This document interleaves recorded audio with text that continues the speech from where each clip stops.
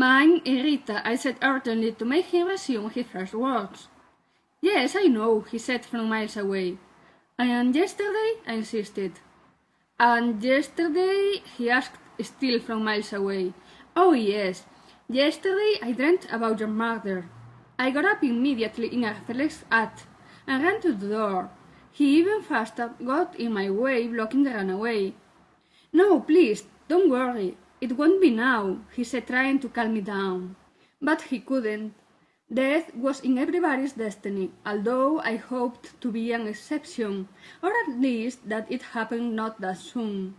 I have half planned, but we have to run away now, he said. Run away? Where? Which plan is that? I asked nervously.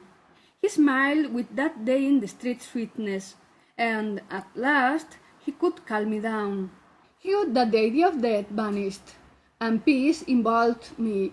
Well, of course, I may be being too much poetic, but he was so handsome when he smiled.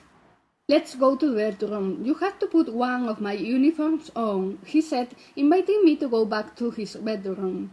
One of his uniforms, I thought, and panic came back. And what if we met someone like me and saw us almost as if we were naked?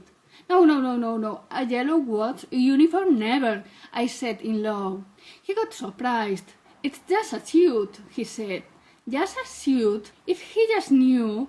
It's the best option, think.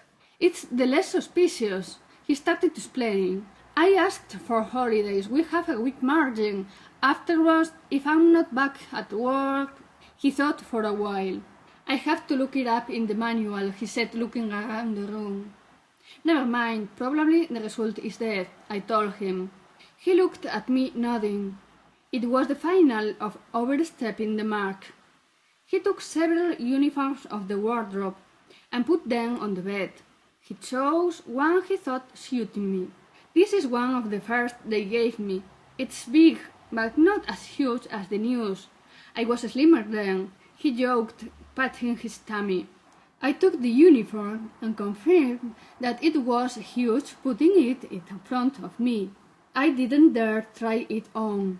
Okay, I understand you don't like the yellow word, but I really think this is the best way. At least, at the beginning, we will be not suspicious, he explained. It doesn't have to do with that, I started to say. I stopped because I was ashamed to tell him what happened with that fabric. We weren't still so close. I thought we should sleep until the morning and leave at 12 when there are more people in the streets. We cannot take too much luggage, only the essentials, he explained while he was packing some things in a bag. I don't mind, I don't have too much, I answered. Try it on, he said, pointing the uniform. We have to adjust it to your size. Actually, I didn't want to tell him the truth, but I either knew what to make up. So I started to undo my shoelaces very slow enough to have time to think that if he could dream for that time, he could see through the uniforms as we could. I looked at him, or maybe not, he was too confident.